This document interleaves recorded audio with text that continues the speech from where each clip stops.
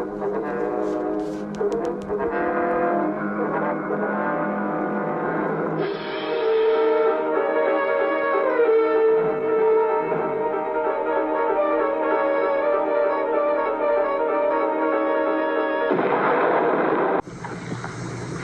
me while I have a strange interlude.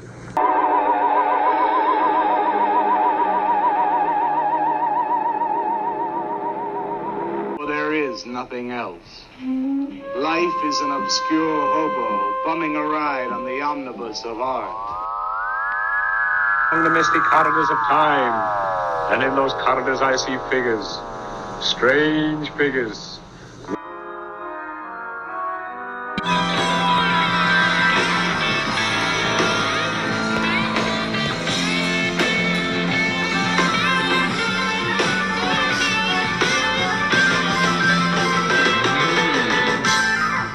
Welcome back, my friends, to the AP Strange Show. I am your host, AP Strange.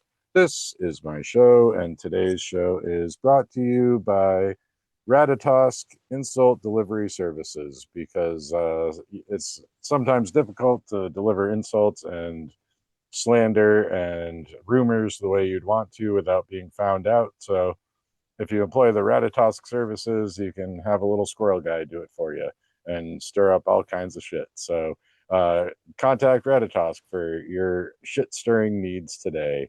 And today on the show, this is going to be a really fun one, and I can already tell. I have Rowdy Geirsson on the show. He is a somebody that's been promoting Leif Erikson awareness for years and writing for publications such as McSweeney's and Tor.com.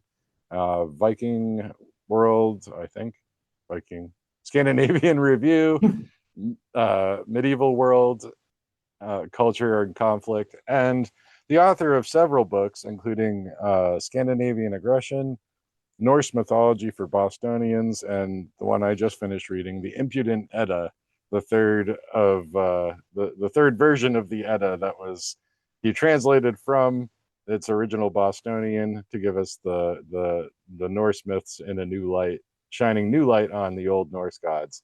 So welcome to the show, Rowdy. This is a lot of fun. Thanks so much for having me. It's an honor to be here, and that was a great intro.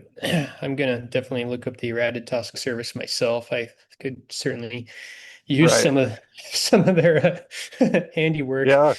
The trouble is nowadays, it's like if you insult somebody online, they could dox you. It's just too troublesome. So just employ a squirrel to do it for you. And no one better. Right. I did notice that I think Raditosk only got like a little mention in the Impudent Edda. He doesn't play a very big role. Yeah, that's true actually. Yeah. Gosh, I'm trying to blank of when and where he might have even been in there, other than just kind of like in passing. But yeah, it was a passing mention, I think.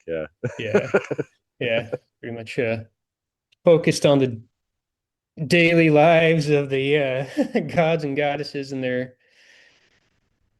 ongoings. Right. More than the creatures. Yeah. Well, as a lifelong masshole, I very much appreciated hearing the Edda told from the point of view of presumably somebody that's very drunk in South Boston. Swears a lot. Using Boston locations. Yeah. Where did the Bostonian Viking idea originate? Good question. Yeah, it does kind of feel, I suppose, a little random at first to look, but it came. This goes back a ways. I think it was like 2010 or something, thereabouts, that I became aware of the weird Leif Erikson obsession with 19th century Boston, or in 19th century Boston, and the desire to claim the Charles River as the settlement of Vinland for whatever expeditions the Norse had sent out of Greenland 1,000 years ago. And Okay. Yeah. So yeah, there's various old incorrect monuments in Boston or greater Boston area. About that, I became aware of that around that time, and I decided to go, admire one of them, which is this, you know, forlorn concrete plaque. It looks sort of like a cheap gravestone, but it's laid on its side instead of vertical, like a proper rune stone, at a very busy intersection right outside Mount Auburn Hospital. And it's like completely neglected and disregarded at this point. I remember the first time I went there, empty beer cans and dead leaves on it and Right. everything, some snow and ice because it was wintertime, but it hadn't, really accumulated yet. And I don't know why, but like I was there looking at this thing, and for some reason, also the stereotypical Boston accent started going through my head. Yeah. Which I don't have one myself, but you live in the area, you become aware of it. There's also all the movies that glorify it, like The Right. Departed, and all of them. And Yeah. so it just started going like, fucking leave accent, and like goes and finds fucking Vinland or Right. whatever, and my lousy enunciated approximation of the accent there, but starts going through my head, and I can't really shake it. And just the time I was trying to get my writing out, which always had to deal with Vikings and one way or another, little humor online magazine submissions and stuff like that, hadn't had a whole lot of success. And I I sat down and kind of banged out this you know really quick, like 700 or 800 word overview of the Norse settlement of Greenland, but as written with as if a drunk guy from Southie was telling it to you, and send it send it into McSweeney's, and which is a humor website that's only grown since then. It was a little more offbeat back in those days. Nowadays it's more tied to current events and politics. But Yeah. they had a really strange like smorgasbord of all sorts of different types of things they published, and to some degree still do, but back then that was really kind of more their calling card. And the guy who runs the website is from Arlington, Mass. And so he understood it right away, and he was like, yeah, this is accepted. And I was like pretty surprised because you know I guess I didn't expect it to be. It's kind of Yeah. going expecting rejection. And so it was, and like, okay, well, that was fun. I'll do another one. And that ended up being about the kind of establishment of the Norse city of Dublin, Ireland. It coincided with St. Patrick's Day Hmm. uh, that year, and the guy ran that as well. And then he said, hey, you want to just like keep doing this? It can become a column if you want.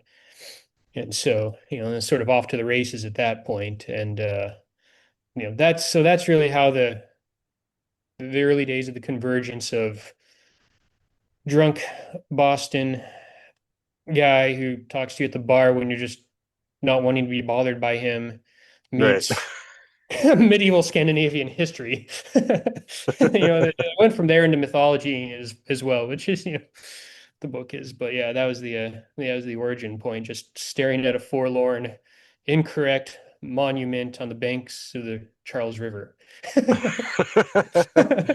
Well, it's really fitting because with the ice and snow, they come from the land of the ice and snow. Yeah, So, they yeah.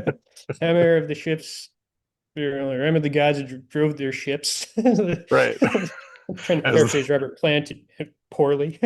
yeah, But the great skald Robert Plant, or the yeah, bard Robert Plant, I yeah, think. yeah, exactly. Yeah. Well, it is great because I mentioned it before we were recording, but I find myself in Boston frequently now, and it's very tiresome. I hate driving there. I have to drive Yeah. a truck around in Boston, and it's Okay. Yeah. terrible.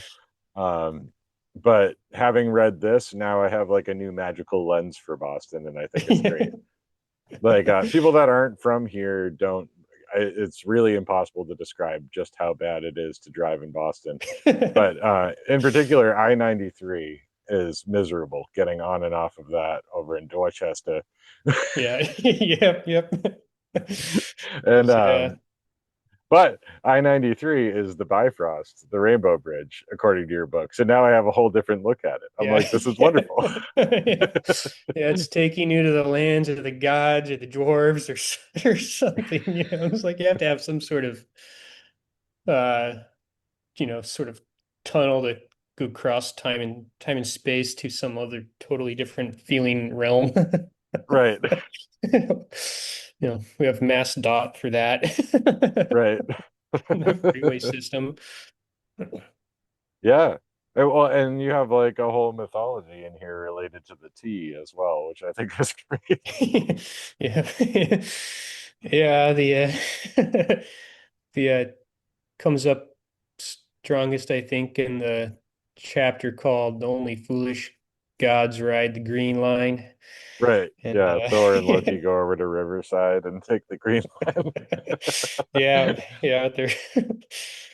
I think I always felt like the it's slow going in because I've done that route a number of times, but it's when you're trying to head back out from the downtown and you are at, no, in my case, it's always been like Government Center or Park Street and really Government Center.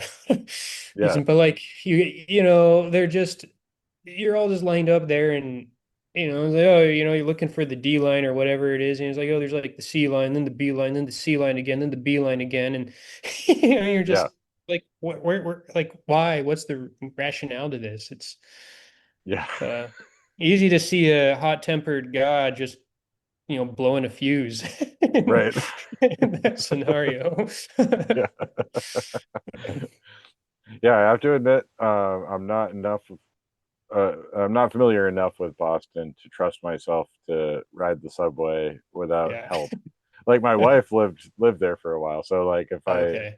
we go to Boston and we take the T, I have her help because I don't know where Yeah. any of the lines go. I don't know how you connect trains to other trains. Yeah. Yeah. Yeah, Well, it's not something you really want to need to know, but I guess it's useful if you're there often enough. right. Yeah. Well, it is great. I mean, I lived in Salem for a short period of time, and I could take Oh, the train okay. down from there, and then it was a good way to get around.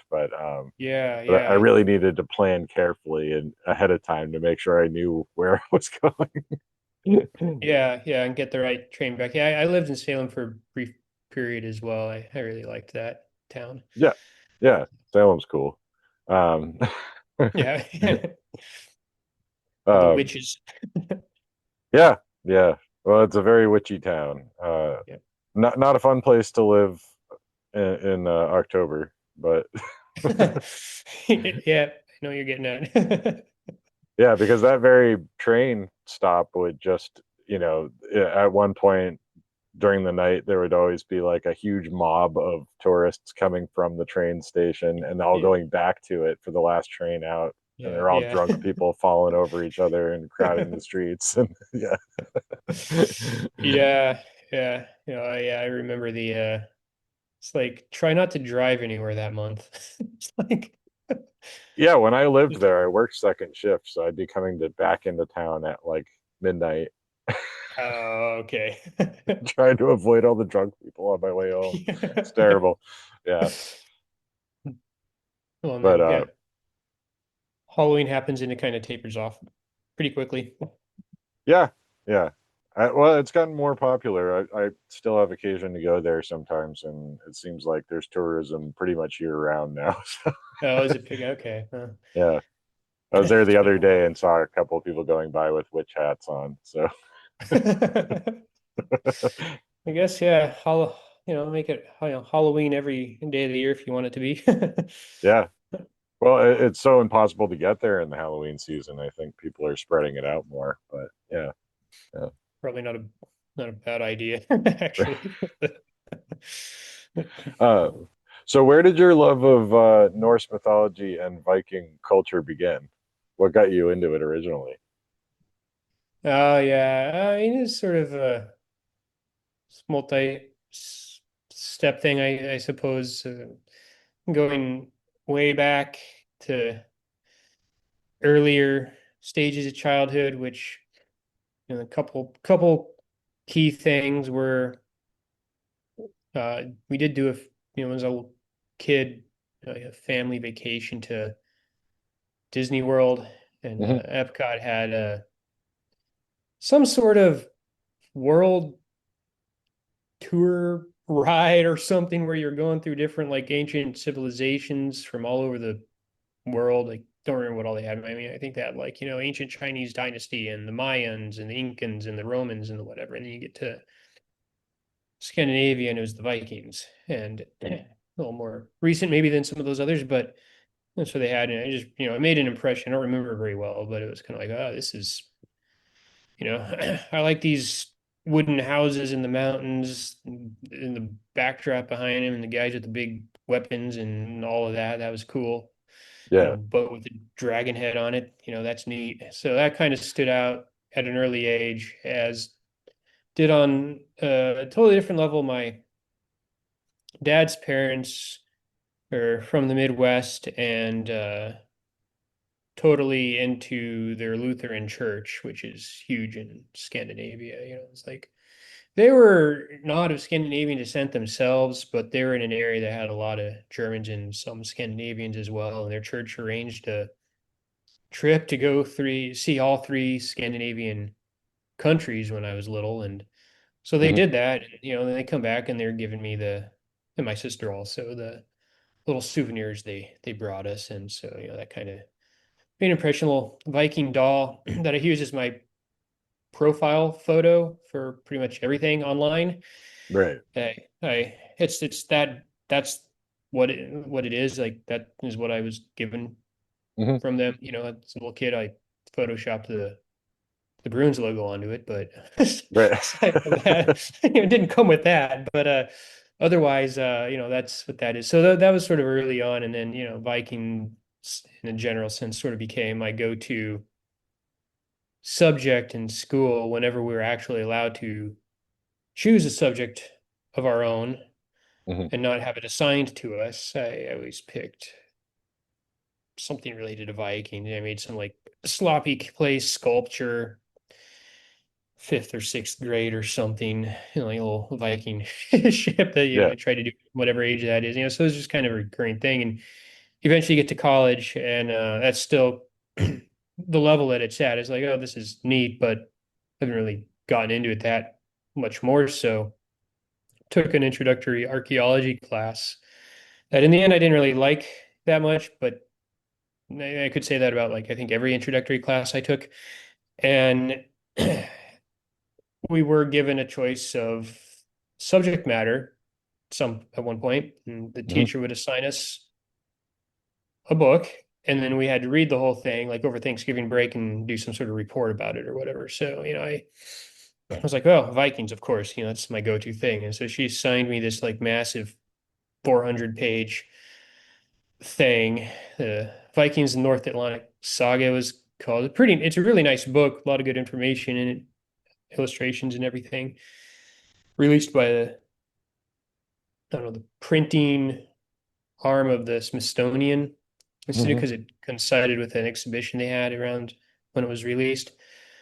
And so that was a kind of like, kind of blew the gates open, so to speak, just, learning more about like, oh, there's like these accomplishments and these things that you don't know about, most likely, that they did or, whatever. And so that just kind of, sort of snowballed from there, and started reading more and more about them in my free time, Cool. when I could, was able to. So yeah, that's, and just, since then, that's kind of the trajectory, I still do. Like Right. read about them when I can. Yeah.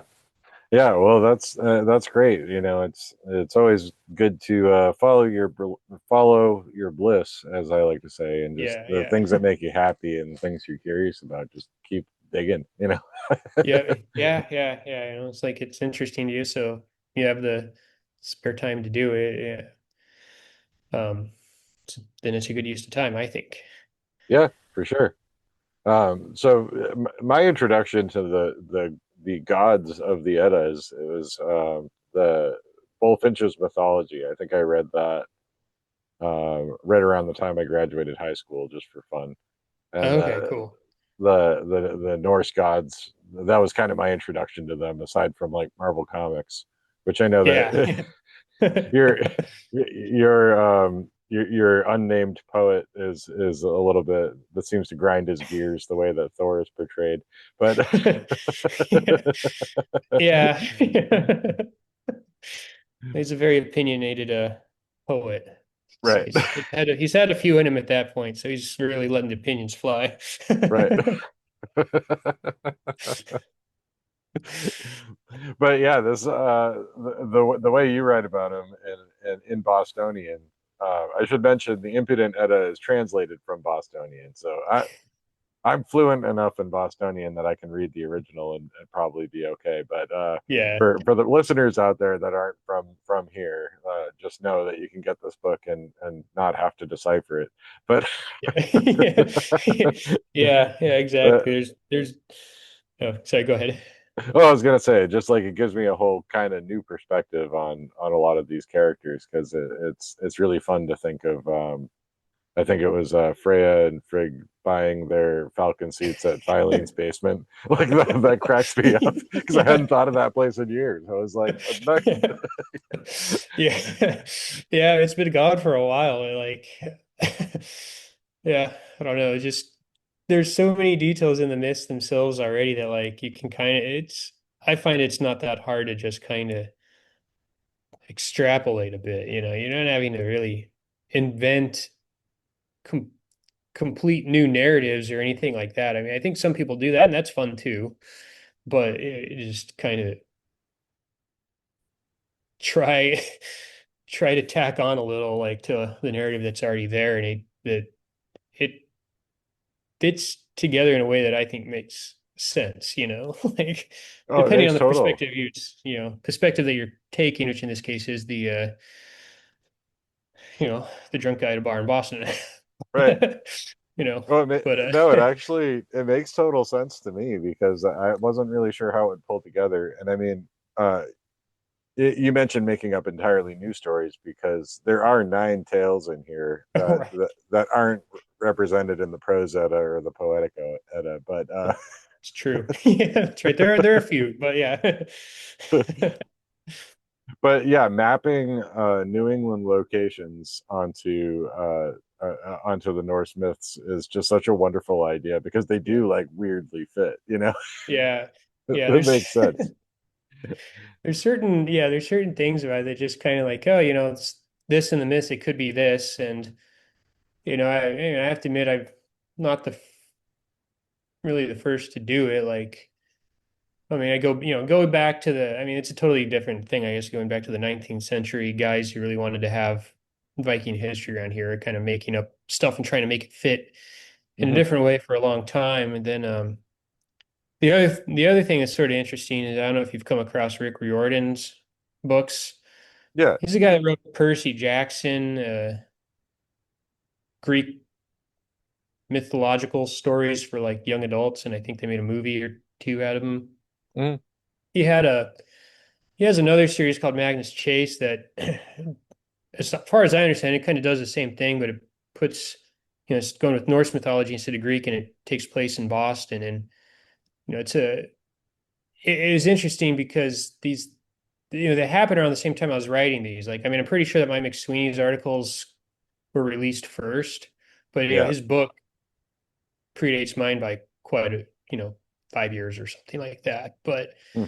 um, and I've never talked to him or anything, but I'm aware of Yeah. uh what he's doing. Someone else had brought it to my attention at one point. I was like, I haven't heard of that. And I go and look at it. It's like, oh, this is interesting. It's like a completely different tone and you know premise and everything, but still, it's like Hmm. he's got.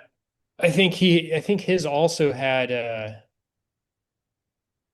I don't know, like Boston. There's certain significance to Boston Common, and I don't know if it was the same is what I came up with it for. I can't remember that, but it was like, oh, this is, interesting that independently those two things were kind of happening at the same time. I mean, Yeah. he's like he's a major figure, so his books are out there everywhere and turning into movies and stuff. But mine's kind of like Right. lurking in the dark spaces of the internet. Yeah. Um, well, I know that I guess there's something about it that just makes enough sense that you would have both independently come to the same idea. Because your website is called Scandinavian Aggression, and I feel like massholes are famously known for their Yeah. aggression. So I think Yeah. there's a bit of Viking attitude. Yeah. Yeah. There's like, sorry to layer. I really enjoy when kind of like things can be layered up a little if there's possibility to do that, Right. then it's definitely happening.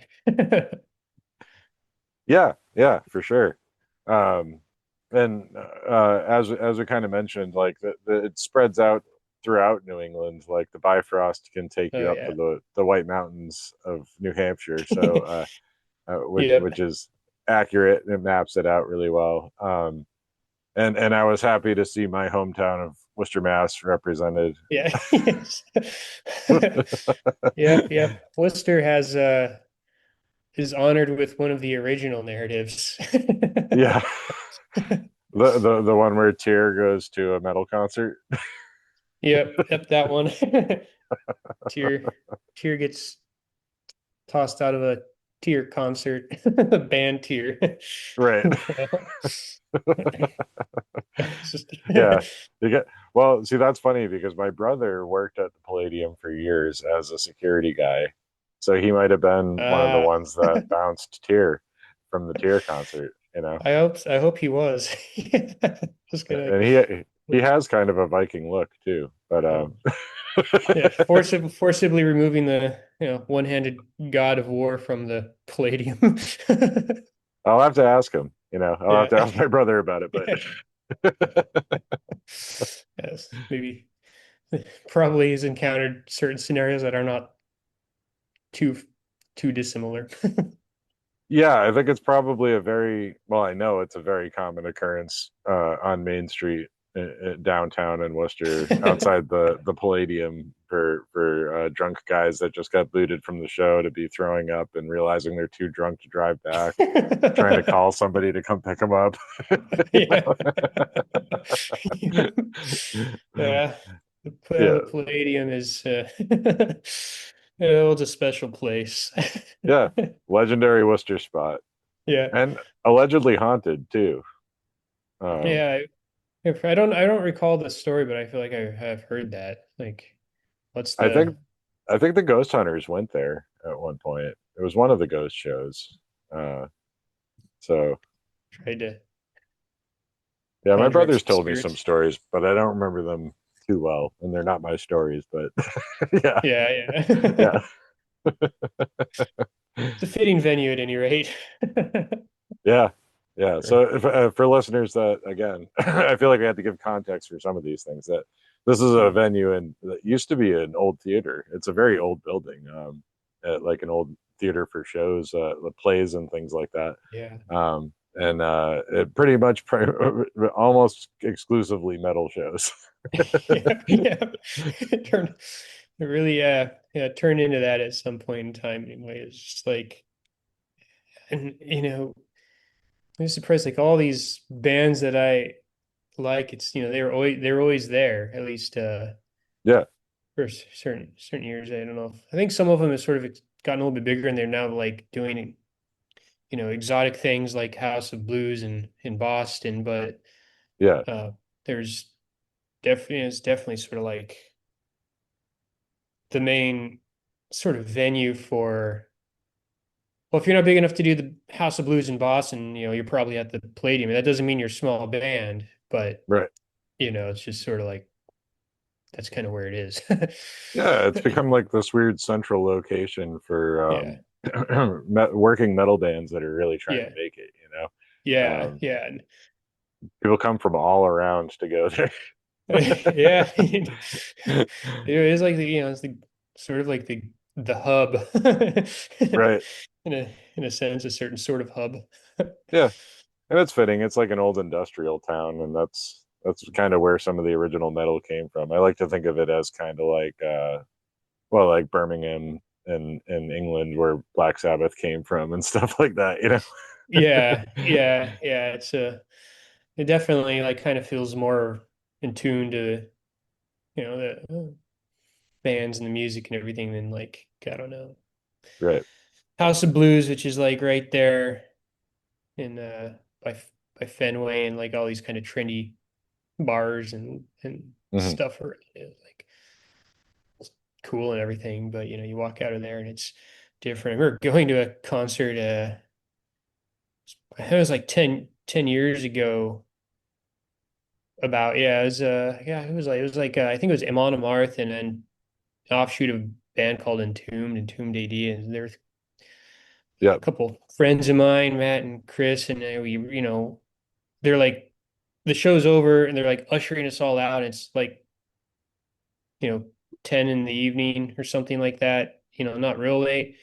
And we come out and there's like this really long line of like everybody who's dressed to go clubbing right after the show ends in the House of Blues. And it's going to be, a very different sort of scene that, the girls are all in their, fancy skin tight dresses and the dudes all got their like best suits on Right. and gelled hair and whatever. And, out come all these people wearing like all black shirts and jeans, a lot of tattoos on some of the people. And, there's Yeah. comments and comments in the line of people waiting to get in for this club dance, whatever event of like, what just ended? Who are these people? Yeah. Like, Why did they look like that? yeah, like, well, like, oh, I was in there before us, ew. And then, Yeah. and I feel like, you wouldn't get that coming out of the Palladium.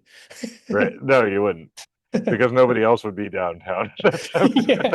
Yeah, yeah, yeah, but it would probably end, after midnight because they wouldn't be Right. forced to, end sooner so they could have this other trendy event going on.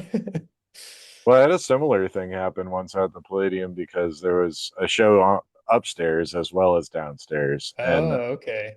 I was this was before it was exclusively metal bands, but George Clinton and the P Funk All Stars were Oh, playing in yeah. the main room. I was going to see that, and there was like some weird kind of little local punk show happening in the upstairs room. So there's this line of people with like starched mohawks next to like Yeah, all these people that yeah. are in like tie dye and shit. That's a funny mix. Yeah, it was But there was definitely contrast there. yeah, yeah. No, I kind of like I don't know that I ever was there for anything where they had like two shows going at the same time, but I don't remember the acoustics being so great. Like I kind of wonder if the sound of one would be like bleeding through to the other's space or Yeah, I don't think they didn't. do it that often, but Yeah. I have seen shows upstairs. It's kind of a much smaller room, Yeah. um, but I saw like Mastodon up there once. Oh yeah. Oh, that's cool. Yeah. Yeah, Yeah, I've seen a few up there. It's like, yeah, I guess they kind of know how to plan it. But yeah. yeah. So, do you like a lot of Scandinavian metal? Yes. Yeah, Okay. yeah. Some that are pretty big fans of, the aforementioned Monomarth was a Hmm. big one for me. Others at the top echelon would be Dark Tranquility and Insomnium. They've all got names clearly indicating like darkness or coldness and sleep deprivation and Right. something evil in Lord of the Rings or whatever. Yeah. So Yeah. Well, I mean, Lord of the Rings is kind of funny because you do note it throughout the book, and it's kind of generally known that Tolkien took a hell of a lot from Norse myths for his books, right? Um, yeah, yeah. yeah. So how do you feel about that being kind of co-opted by tech bros that seem to want to identify with the bad guys all the time these days? By who the one? Sorry, I didn't catch you. just kind of like tech bros like Peter Thiel, like Oh, uh, Elon Musk. Like they always seem to want to like grab a name from Lord of the Rings to use, like Palantir and things like that. You know? yeah, yeah. It's like on, sort of unfortunate. I think there's a long history of that kind of thing happening, um, more with the actual Norse mythology than Right, Lord of the Rings. But yeah, like I mean, since they're kind of related, I guess um, the same sort of mindset of like kind of someone like that and just taking a taking something that really has no, bearing or position on, any of thing in today's world at all, and like kind of using it in a way that then like they're trying to like him, it's like they're putting some sort of external value on it that's not right. And right. Yeah, the kind of hope is that it'd be nice if they didn't do that, but also you don't want to see that kind of take off and then become like the standard meaning of something. right. Yeah, yeah. Well, because it does get dicey. I mean, I'll admit when I see somebody with like a Thor's hammer like necklace or something, I'm a little, squinty eyed at them for a second because I'm like, or do you just really like Norse Yeah, myth, yeah. or are you a white supremacist? Sometimes it can go either way. Yeah, yeah. I mean, they're known to use it. I mean, well, my interactions, it's definitely in the minority, at least, fortunately. But it's known to be out there that there are going to be these sorts of, yeah, white supremacist type people that take that symbol or some sort of like rune symbol or something and just kind of start trying to use it in a certain way that's never intended, and does it ruin it for everyone else? Like one of the more interesting ones I came across lines was the Vinland flag. I don't know if you ever heard Yeah, about this or came across that. I mean, it looks like a Nordic flag with that sort of same sort of cross, but sort of off-centered. And instead of like blue and yellow for Sweden or red and white for Denmark, etc., it was green and black. And some point in the 2010s, it got labeled as a hate symbol, um, by some organization or multiple organizations that watch these kind of things because there's like, neo-Nazis somewhere, marching around with it. And the flag was an invention, if I'm not mistaken. I'm like, this is like a 99% certainty sort of thing. It was invented by Peter Steele, who's a musician in a band called Typo Negative. I mean, he just kind mhm. of came up with it. It was like nothing. It was just like some weird little experiment of his. He's dead now, so he can't even defend it. Right. And Yeah, it's like they use it on their albums as like a little thing in the corner on the back. And it's like it was just this little like artistic production. Now that these people have gone and like, you know, kind of ruined it in certain contexts anyway. And it's right, like, this guy's just doing music. He's just doing like weird, quirky humor, depressive metal stuff, right. songs like I Don't Want to Be Me. And Yeah. you know, you know. So Yeah, but man, it's been years since I've listened to or thought of Typo Negative, but yeah, I yeah. remember them. Yeah. So it was like, it's like, God, come on, like, you have somebody going and like doing this and like, yeah, it's unfortunate. Well, it is tough because I mean, your book and your writing in general is hilarious, and it's also very true to the Norse myths as I know them, or as far as I know.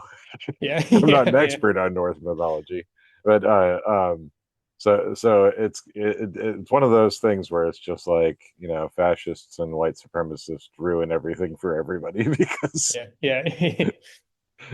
you're just trying to have fun with Odin or stories about Loki or something, and I'm not Yeah. saying that I'm not saying anybody's directly accused you of anything. I don't know if that's happened, but it's just it's dicey these days. If you see somebody that's really into the Yeah, Viking stuff, yeah, you have to yeah. wonder at first, at least. So Yeah, I've yeah, I've never been accused of anything, and the vast majority of people I come across that are into this stuff are totally fine. right. Like, it's sort of like a minority that have a tendency to possibly ruin it for everyone else, but they are out there. I mean, the closest example I wasn't, accused, but the kind of closest run-in I had was, I had a history of going around. I haven't been doing it as much as I used to, but I go around and put up flyers and stickers for my website, Yeah, telephone poles and light poles and stuff like that. And at one point, over 10 years ago, that was probably more like 15 years ago, I had put one up on a it was probably a light pole in Lowell. And, it has like my little website's logo on it, which is like the three Viking helmets, which is really just a parody of the Swedish national symbol. Like they have yeah, three crowns. And so this is just sort of making, not in a derogatory, but it's just kind of playing off that. It's like, yeah, yeah, and a little bit of text that was like, God, I can't remember, just hinting at things that's in my other book and that's also on the website. It was like I used to have a directory of beer that used a label that was derived from something related to Norse history or mythology. I took that down a while ago because it got to a point where it's like I couldn't keep up with it and know about all of them, especially with the microbrewery explosion. But yeah.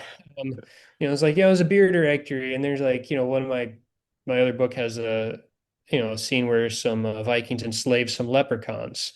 Mhm. And that's it's like, oh, so there's leprechaun enslavement, and the Little Mermaid gets beheaded because there's a statue of the Little Mermaid in Copenhagen that has historically on multiple occasions been beheaded. So, this is all meant to be like, humorous is kind of cartoon violence, but nothing like making nothing like what we're talking about with these types of people. But somebody saw that sticker in Lowell, and like within a few days, I got an email from the I don't remember what they called themselves. It was like the Nazi Organization of Massachusetts was their email address, Oh wow.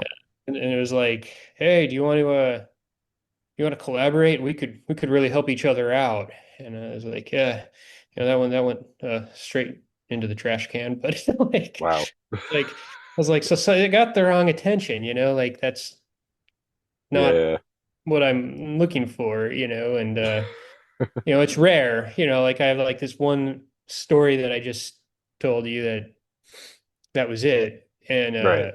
it was one time in like nearly 20 years of screwing around with this stuff Yeah. that I had sort of this sort of direct thing, Well, yeah, that is good to hear. Yeah. Because I mean, and it's not just Norse mythology. There's all kinds of world traditions and myths and things that are just co-opted Yeah. by just complete bastards, you know. Yeah. Yeah. Uh, The kinds of people that Thor would smash and kick out Yeah. the door, you know. Yeah. Yeah. Yeah. No, I mean they, it would be so like confounded that their symbols are being used in such ways. Right. Yeah. Um, do you have a favorite Norse story, either one that you've written up as a Bostonian one or just in general? Uh, yeah. Yeah. I guess I'd say as a kind of a general, I probably like Tyr losing his hand to the Yeah, wolf. right. That one's just, I don't know, like it's kind of stuck with me and memorable. And the overview for anyone who doesn't know is that there's a prophecy that the wolf is going to be, an evil villain in the future. So the gods try to, get him captured, and he doesn't trust them, so he makes Tyr stick his hand in his mouth while performing these tricks that test his strength. And Hmm. when he realizes that the gods have tricked him and it's not a test of strength, they're just trying to trap him, he bites Tyr's hand off. And Yeah. so I always liked that one. And then say like as far as the out of the nine Bostonians that I came up with, I had a special fondness for the one in which Odin sends Freya a dick pic, just Yeah. because it was like it set the tone for like other instances in which Odin, you know, well, it's mentioned like, Odin couldn't show up because he was busy, pestering Freya with his dick pics again on Right. his phone in the cave or whatever, and He just can't help like himself. He can't he stop doing just it. he doesn't know what else to do. He's like, this is the most fun he's ever had. But I was really happy with how that one kind of worked the sort of known myths and characteristics of the gods into the nonsense that I made up. Odin's not necessarily a really gentle, kind old man. He's kind of a gnarly, Yeah. so this sort of it keeps in with his character and the fact that he and Mimir, the head of wisdom, that Odin is Mhm. always consulting with to learn about exoteric knowledge, kind of concoct this plan to pester Freya. And in the and in the actual myths, the gods are always like bartering Freya off to the giants anyway. So it's like it all kind of Right. came together nice. So I had I had fun with that one, I guess, like more than the others, Yeah. or the most, I should say. Yeah. Well, it is a lot of fun. Oh man, I was gonna pivot to something. What was it? Just off of what you just said prior to, I think we got carried away with the dick pics, and then I forgot what I was gonna say. Um, Well, I mean, yeah. yeah. Dick pics um, an exciting subject. right. Yeah. Oh, I know what it was. Well, see, that's interesting, like because all the Norse gods have our current technology and all this other stuff. It's like anachronistic as far as the old Eddas go. This is a brand, but it Yeah. it it doesn't actually deviate from them really. It has the feeling of being in the same tradition, and I love the various explanations that are supposed to be like a scientific explanation for how this works. Thanks. Yeah. Yeah. Thanks. I, fun with that. And that's, I get occasional questions of like, why is this not an ebook format? And that's pretty much the reason why. It's like, I don't think it can really separate the footnotes from the main body of the text without Right. losing something. Because ebook, I normally read paper books myself, but as I understand, ebooks tend to put everything into like an end note, and I just Yeah, that would be kind of really like, inconvenient because the yeah, footnotes are some of the funny, like really good stuff in there, really good information and knowledge in there, but also really funny stuff in there. So, yeah, it's like it's kind of bits and pieces, some of it, and explains like what the actual in whatever of the real medieval Eddas, what the deal actually was, and other times it's trying to explain the transmogrifier that the right, gods keep using, which is, and relying on basically Back to the Future and Calvin and Hobbes for the advanced technology that the gods had in ancient Scandinavia, without really oh, coming out the and saying it, but right, that's okay, yeah, transmogrifier that comes from Calvin and Hobbes. Okay, that makes it sense. does, yeah, yeah. Well, There's a there, Watterson, that sounds like a Scandinavian name. So, it kind of does, yeah. I mean, yeah, so yeah, yeah. I mean, it's all connected in a thread. right, But, he was tapped into something.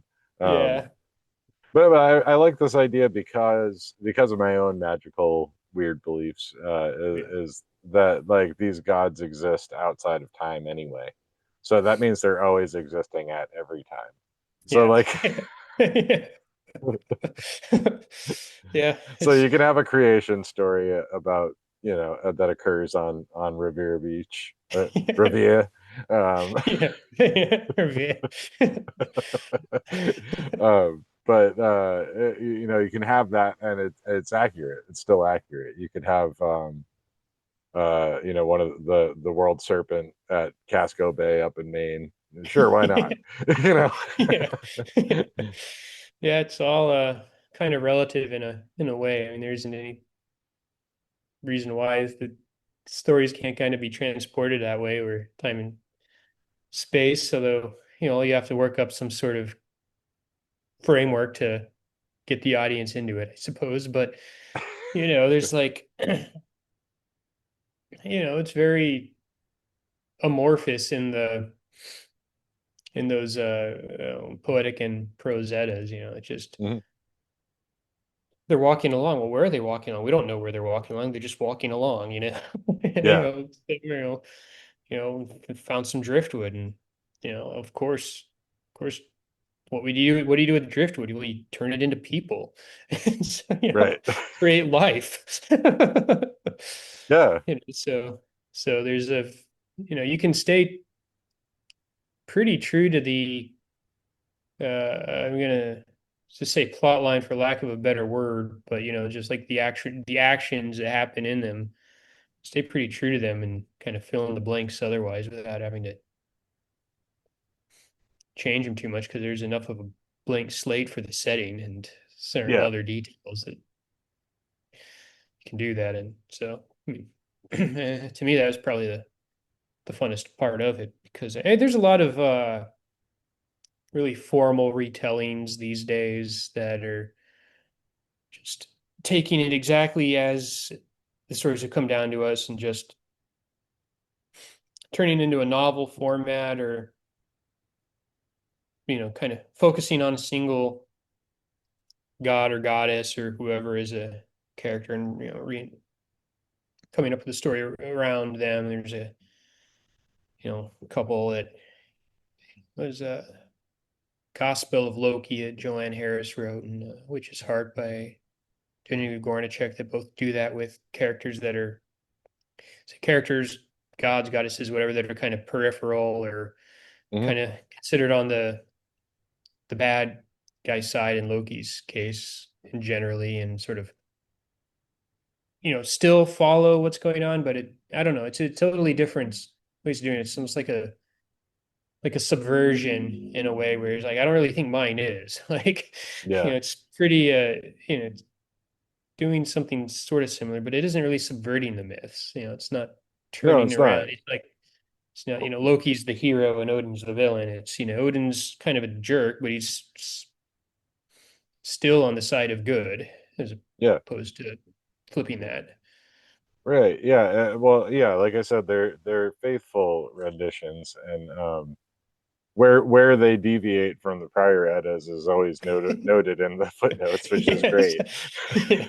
Yeah, yeah. Well, I mean, that is kind of important to do that to maintain that sort of pseudo scholarly Right. tone. And then also Yeah. it allows kind of people, anyone picks it, I think if you already kind of have a basic familiarity with the myths, you'll get a little more out of it than if you don't. But if you don't, the footnotes will, steer you right in terms Right. of knowing what's been made up and what hasn't been. So Yeah. Yeah. Yeah. And they are extensive and every bit as yeah. entertaining as the main text. So, Yeah, thanks. Yeah, yeah, it's and I some learned pages things have even about, more. yeah, I learned things about Boston that I didn't know in there. Like, you have the character of Charlie in the book. Yeah, yeah, And I went to Boston plenty of times, rode the T, got a Charlie card, and I never knew why yeah. it was called the Charlie card. And then you kind of have the origin of Charlie in a footnote. Yeah, yeah. He's the man who never, I forget it's in this like a song, but the man who never escaped or never whatever. He Well, wasn't he could allowed pay off his the T. fare. Yeah, he could pay his fare to get on the train, but he didn't have enough to get back Yeah, off, so he's stuck on the yeah. train forever. Yeah, Yeah, stuck beneath the streets of Boston. right. Yeah.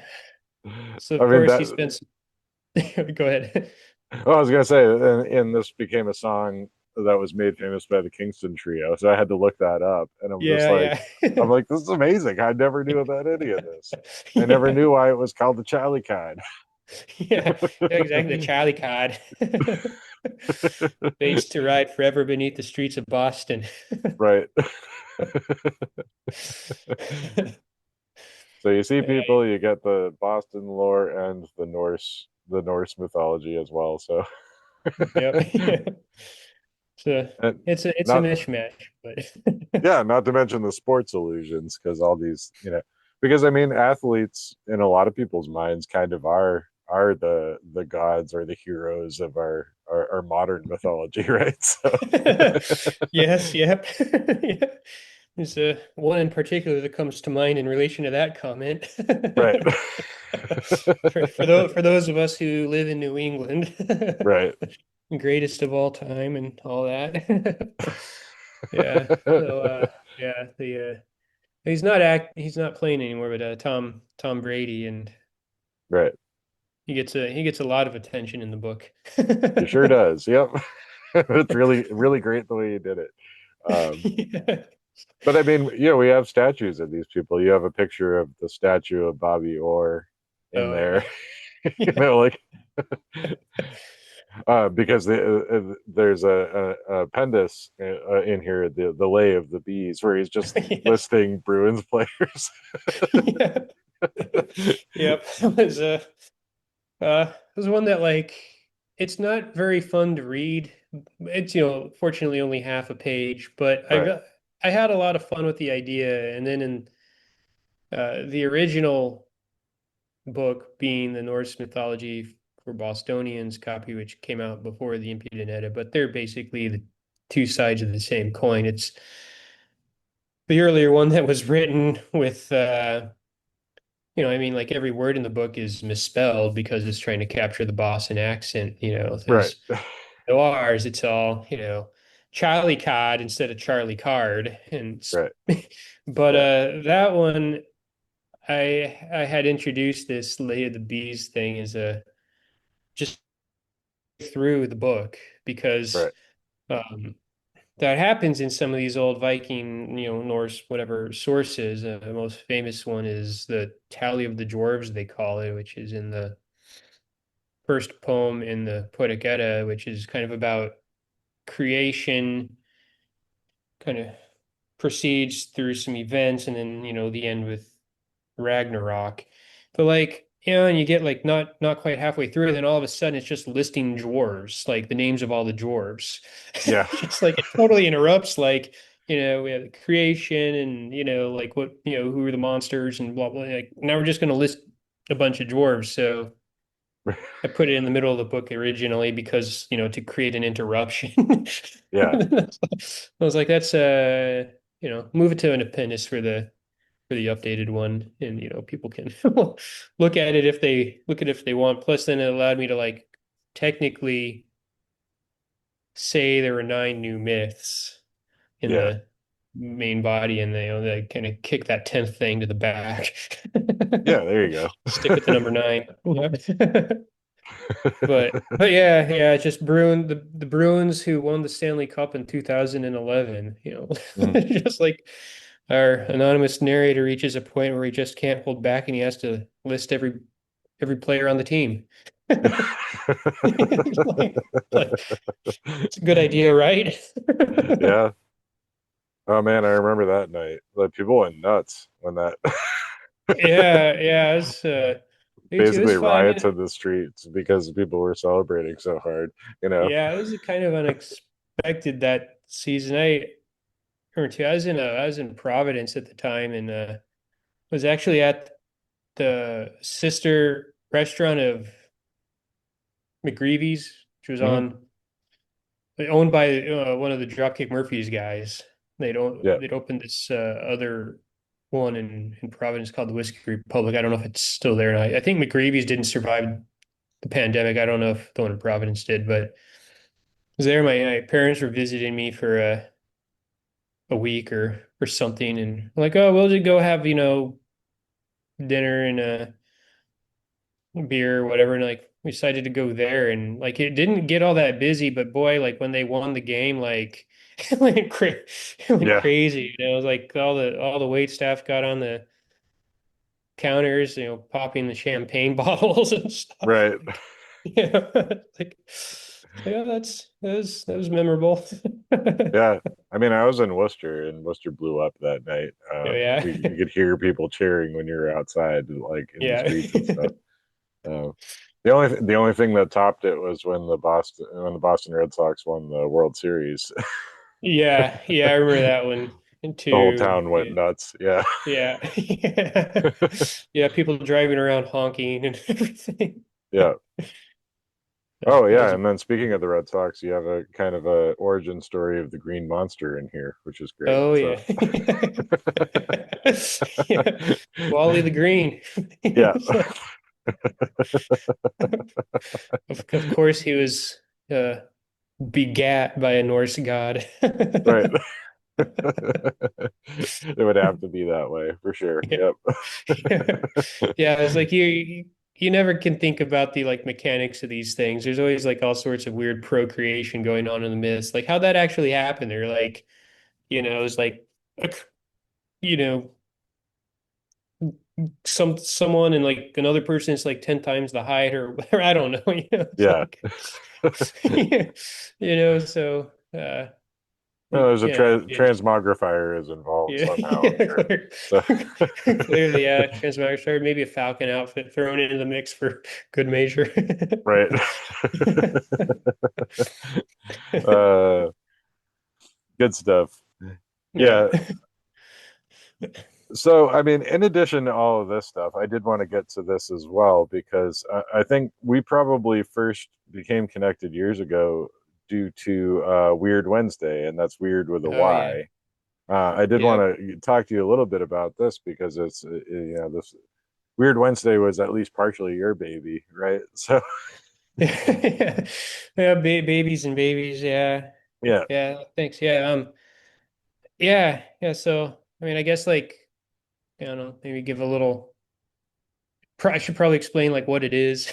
right, yeah, yeah. Yeah, but This was yeah, on like I Twitter from my perspective. I became aware of like hashtag Weird Wednesday on Twitter and loved it. I used to try to contribute a tweet, at least yeah, one yeah. for every Wednesday, you know? Yeah, Yeah. yeah, no, and I remember that. I mean, I think that is how like, you know, yeah, we first were connected, and yeah, I think we maybe made some comments and stuff to each other at the time too. Then, Twitter has had a different history since then.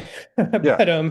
But it was initially just every Wednesday on Twitter, there was a theme, and there's kind of a rotating group of us that have hosted it over the years, but we'd come up with a theme, and if you posted something related to the theme and tagged it with the hashtag Weird Wednesday, we'd retweet it, as the terminology still was at the time, and it was just kind of a fun thing. It was like, yeah, you get a little bit of a kind of a community thing, a little bit of an exposure thing, and you kind of meet new people online that you hadn't met before, and it's all just kind of fun. You learn about something maybe you didn't know about related to the theme that you think's cool, and Hmm.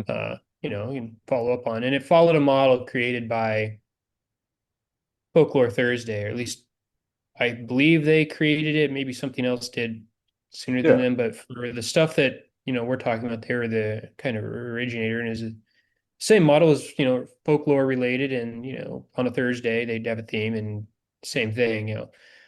Um, there were a couple others existing at the time: Mythology Monday and Fairy Hmm. Tale Tuesday. And so what happened was it was March of 2020. Dirk Puel, who's a Wunderkammer on his social media Hmm. tags, he posted, tweeted, we've got Mythology Monday, Fairy Tale Tuesday, and Folklore Thursday, but we don't have a Wednesday. There's like this gap there. Hmm. And I replied and I said, yeah, it's weird, isn't it? There ought to be a weird Wednesday. Yeah. And so this whole conversation started, and if I remember right, I initially said it with the Y because I'm thinking like fate and Norns and Norse stuff and all that. And Yeah. a couple other people got involved in the conversation, like we get the guy's name Scott.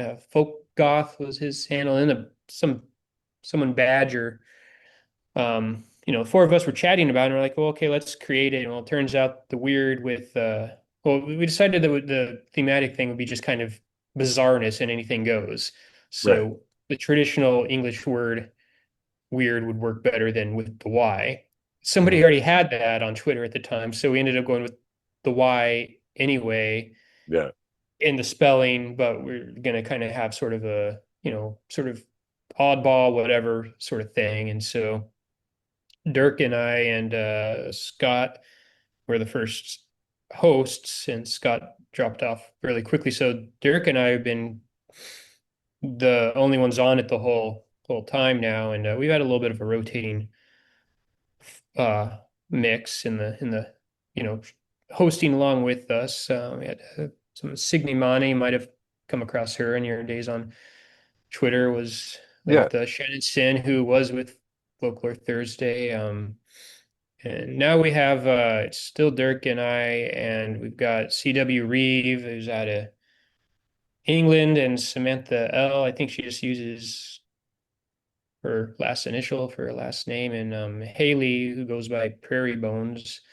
Hmm. And so it's the five of us, and we've moved off Twitter earlier this year, and the four of them are running the Blue Sky show, and I'm attempting to get the Instagram one going a little bit more. Okay. It's Yeah. it's a little different format, so it's growing gradually, but it's an interesting thing that despite having more similarities than not, I think in terms of its format, people just interact with it differently. Right. So, Yeah, I think so you get kind of a um, wider range of things with Weird Wednesday. Because like Folklore Thursday could be a little intimidating. It was for me because I'm like, I don't know, I don't consider myself a folklorist per se. Like I'm yeah, into yeah, all kinds of weird stuff, but like Weird Wednesday, I always felt a little bit more comfortable trying to share some tidbit on theme. yeah. And I think like over at some point in time, we kind of moved away from what had originally been like just let's just do bizarre, odd stuff to Yeah, oh, whatever the theme is, let's just come up with a theme, and as long as it's fun, yeah, it can be it can be anything, kind of no boundaries, as long, I say no boundaries, as long as it's not like, like a swastika or pornography or some, right, yeah, stuff, stuff like that, which, everybody that participates in it for the most part's pretty good. Like we have very yeah, rarely had instances of people posting anything that, along those lines. I mean, the worst behaviorisms have been like we don't really want to be, you know, promoting AI generated art, and a mhm, few people have been really big into that and in sort of a spamming sort of behavior. So, and that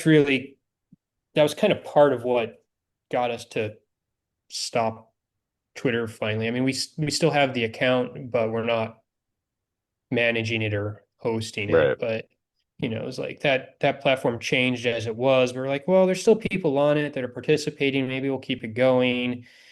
But the unless you're wanting to line Musk's pockets, then that algorithm clamps down on your reach.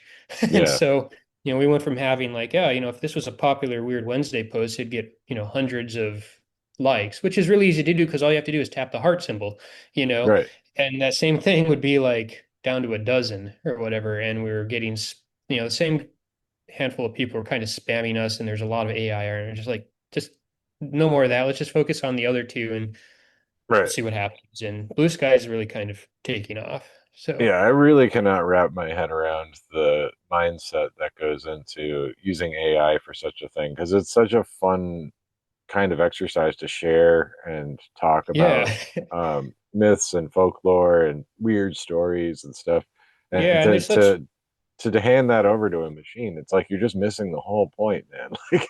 yeah, and there's such a uh there's so many cool old works of art Right. that are out there in the public domain, and a lot of people use those. And so, like, I don't know. I mean, I'm thinking of one individual in particular who I won't name, and she's always seemed to be like a pretty good person to play along with. It's like she just like switched over to just, usually in the past had posted, stuff that you could tell like she wrote the text for, found it out about it somehow, wrote some text and found a little piece of art to go along with it or whatever, to just kind of like AI generated animations and it was just that wasn't the same. And but most people have been pretty good and Yeah, give a little credit. It's like, okay, this little artwork was by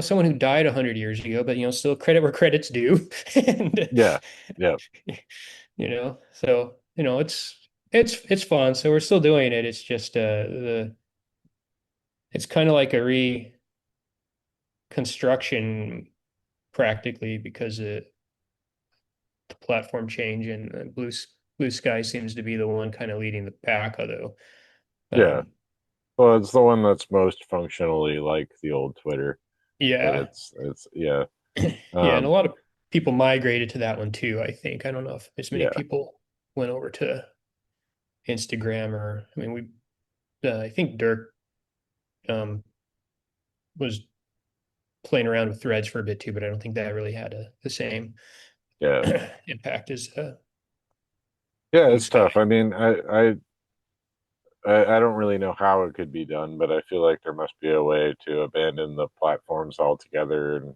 uh, Yeah. kind of like return to what people used to do, like even just a blogging or forums and stuff like decentralized from these platforms that are just designed to waste all our time. Like that Yeah. literally that's what they're there for. They don't care that you get any value out of it. They just want you hooked on your phone, Yeah, yeah, yeah, yeah. It's all like Mark Zuckerberg or Elon Musk and Yeah, yeah, Jack Dorsey or whatever his name is got the new one, but it's a lot smaller. And yeah. but yeah, they are like little sandwiches. I mean, they've been more fun than I thought they would be, I guess. Like it's a time waster, but it's also like it's a good connection sort of builder thing. Like I mean, we came across each Well, other on well, yeah, well, that's what I mean, though, is that I used yeah. to be able to use it in a way that I found meaningful and that I Oh, found okay. useful. Nowadays, they're enshittified to the point that they're no longer than that, Yeah, I think they've and redone. that enshittification is done purposely sometimes just to make you frustrated and keep you on the site trying to mess with settings and stuff. Because the longer you're there, that's either way. That's screen time. That's time that you're wasting on it. It still helps them ultimately. Yeah, yeah. Oh, they'll get more of your data and they'll show Yeah, you more ads that, right. they can charge per click or Yeah. whatever. Twitter So used to be something you could curate and you could only follow the people you want to see and that's what you'll see most of the time. yeah. It was a well functioning platform. I mean, they had this tweet deck thing that we used for Weird Oh Wednesday yeah, that made it so much easier yeah, that, was demolished several years ago with us change in ownership. Um, yeah, but yeah, I don't know. I was surprised when I first joined it well, actually, I was convinced to join it in Salem, which we were talking about before, is yeah, when there was, I think it was 2018. We went with a couple of my friends, the same guys I saw the concert with that I mentioned when we had the clubbers waiting to go in after us. And yeah, there was a replica Viking ship that sailed into Salem. The Harold something Drakkar. I don't remember what they called it. I think it was like a play on like Dragon and Harold Fairhair or something or other. Anyway, but so we were like, okay, well, of course we have to go see this. We see the Viking ship sail into the Witch City. That's cool. Like, I mean, who doesn't want to have a Viking ship in the Witch City? But yeah, we went to, yeah, so we saw like we went over to Notch Brewing over there, if you're familiar with it. yeah. And yeah, we're having a beer, and both of them are like, yeah, you really need to join Twitter. The fact that you're not on social media is like probably hindering you at this point. And like, and Yeah. I was like, okay, well, they made a convincing case, so I tried it, and I was surprised that I did have fun with it, and like made so many good connections, Right. and that was a side of it I never really saw coming myself. I was just kind of stuck into like, why do I want to get on social media Right. mode? And now it's like, I'm deeply embedded in social media. It's like the role reversal. Like, Yeah.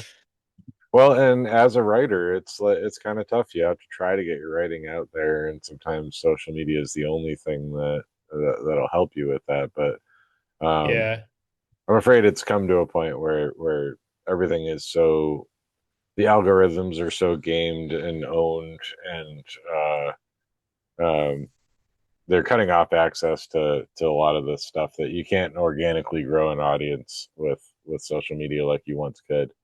So there has to be yeah, something to fill that void and replace it, I think. Um, yeah, yeah. yeah. Just the next Wonder if there's thing. a way to set up just like an RSS receiver and we can all just send things via RSS to one place. That would be Yeah, pretty good. yeah, yeah. I don't know, and I mean, I don't know if you ever try Mastodon, because that was kind of like all the rage for a couple I years did. ago, and I never did. I don't know if I never really got a clear idea of how it worked, but I didn't try it either. So, Mm. I tried it and really didn't have a clear idea of how it worked. And then I guess like the domain that I chose went away. So oh, somebody meaning very well tried to talk me through it. They're like, "Oh, it's super simple to switch your username over to a different server. You just follow this step and then do this thing and then put the, like the what's a who's it on the thing and like yeah, I looked at this list of steps that I had to take and I'm like, yeah, no, I'm not using that app. Like yeah, yeah. I mean, that's I, part of it too. There is like a ease of use, and then also right. like just kind of how far can you spread yourself out? Like, That's the trouble. you know, I deeply resent having to be like on every platform to promote just, even just this podcast. Like yeah, yeah, I'm like, you know what? I didn't sign up for promoting everywhere. I don't make money off of anything I do. I yeah, don't intend to yeah, make money off of anything I do. I just do it for fun. So hopefully it finds yeah, the right people because I'm not going to spend all my time on social media like yeah, pumping everything I do, like I just can't, you know? yeah, yeah, yeah. There's got to be a limit somewhere, and I mean, I think that's kind of where Yeah. most of us are not looking to be like influencers somehow monetizing social media posts and getting kickbacks from posing with certain brand items or whatever goes on with that uh Yeah, line I hate of talking about it because I don't really want to talk shit about anybody either. So like, yeah, if that's what you do, more power to you. Like, good. If yeah, you can make money off the stuff, fine. Like, I'm not shitting on the idea of it. It's just that's not what yeah, I'm doing. So like I really resent the idea that I have to be on every social yeah, media platform. It just bugs me. yeah, just to get the word out, and Yeah. which is yeah hard as it's so kind of fragmented now Yeah. too, and it's just like it's a different goal than trying to make a living out of it. Like, just, Yeah. but yeah, I don't know. I hear you on that. I have like the kind of little bit that I sort of tend to do each day, and then like that's it. It's like, I've heard about Mastodon, I've heard about Discord, I've heard about all these other things. It's just like, unless I hear a compelling case from somebody that uses one of those is like, yeah, this is like great. This is really like, you know, stop spending your time on whatever and, check this one out. Then that would be okay. That'd be interesting to look up, but I'm not Right. really seeking it out myself, and uh, uh hasn't really come to me either. I think everybody is most people are kind of all in the same boat of like, these are the ones that there are. So, Right. Yeah, yeah, I think so. Yeah, and they all kind of suck in one way or another. There's no real good place to go. So it's just, we all just got to do what we can do. But uh, I appreciate you. I appreciate the work that you put in and the writing that you do. I'm glad you're out there. And I mean, I think I'm just going to have to do with your website what I feel like I need to do with a lot more people's is just check in. Like, and I'm going to encourage my listeners to do this. Like, Yeah. Oh, thank listeners you. get off the socials so much, but then just go check out blogs and websites that people actually put time into and peruse them. There's lots of old Yeah, posts on yeah. these things that you can go read that you haven't seen before, so they're new to you. Like, Yeah, yeah, it's a good point. Like, I mean, the little blog thing, like, I enjoy, like, I mean, there was a period of time where I basically just kind of stopped updating my website, but I'm trying to update it once a month again now. And, it's not exactly like super frequent or, and if you're mhm, not into, I don't know, quirky Viking stuff, you might not find a whole lot to interest you. But, like, it was a realization I had about 18 months ago, maybe. And it was like, why, like, social media is getting increasingly annoying and dysfunctional and whatever. And, so kind of, what you're saying, your point, like, people have their own websites or sometimes just newsletters, mhm. that you can sign up for. And, you get it in your inbox. And if you want to read it, you can. You don't have to, but, Yeah, yeah, it's not like being on, oh God, I missed the whatever post on social media thing, like, right. or Yeah, or or somebody going whatever. live with something and you feel like you need to be there for it and stuff. Yeah. Um, but I mean, there's a lot on your website. There's a whole wealth of Yeah, posts on there, so people can check in, every day and not run out of stuff for a while. So there's a lot at this point. I mean, I have like next year is gonna be technically the 20th anniversary for it. Like, it's awesome.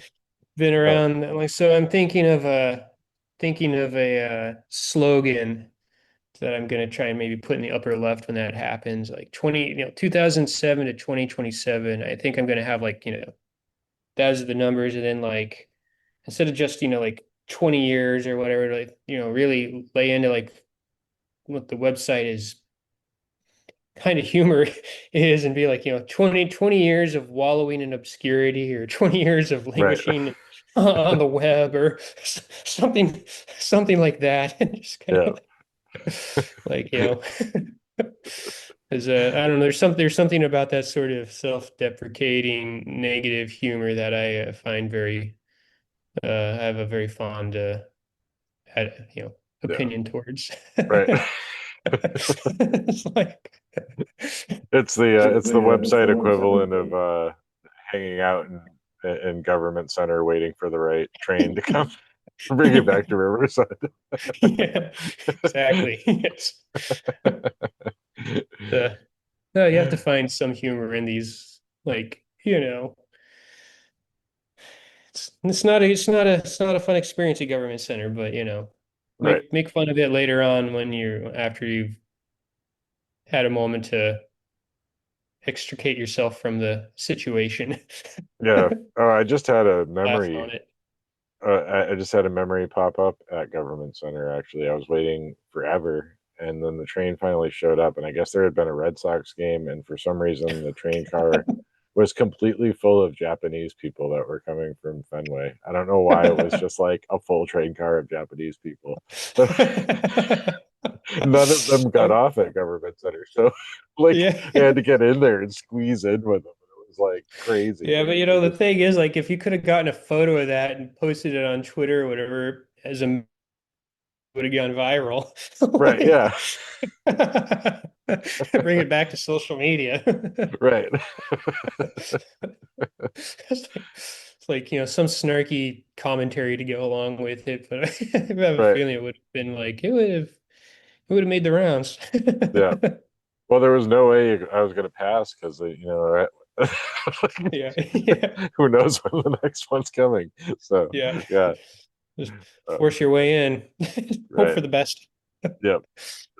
Nothing like being packed in like a sardine on one of those trains, man. Yeah. Yeah. Especially in the summertime. Yeah. Right. It's warm down there. Yeah. Gets uncomfortably moist and it Yes. just feels Yeah. wrong. Yeah. Yeah. Yeah. All right. Well, I think we're gonna wind things down here.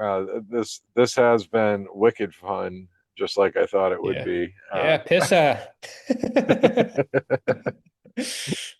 So just to so my listeners know where people can find you and Weird Wednesday. You mentioned that you run the Instagram one, so that's at Mothers of Weird Wednesday. I think you said right. Yeah, I Um, believe that's what we're using there. I yep, think that's the Weird Wednesday itself, I think on Blue Sky. yep. Mothers at Mothers of Weird Wednesday, Weird with a Y on Instagram. So that's cool. But if people want to follow your work, Yeah, I've been inconsistent with my profile name. So oh Rowdy okay, Geirsson on Instagram, and Blue Sky is R Geirsson. So okay, yeah, it's I don't know why I was inconsistent like that. I probably shouldn't have been, but right. And the um, website is scandinavianaggression.com, right? yep, And people can find all your books and your writings and the links to McSweeney's and all the other great stuff. So yep, all that stuff. The book links have um PDF excerpts if anybody's curious. Since cool. the looked inside isn't active on the book site that most people buy books at. So, Right. yep, Okay. cool. All right. Well, great. Thanks so much for coming on, man. This was a lot of Yeah, fun. thanks so much for having me. Yeah, this was a lot of fun. It was really cool to have a chance to,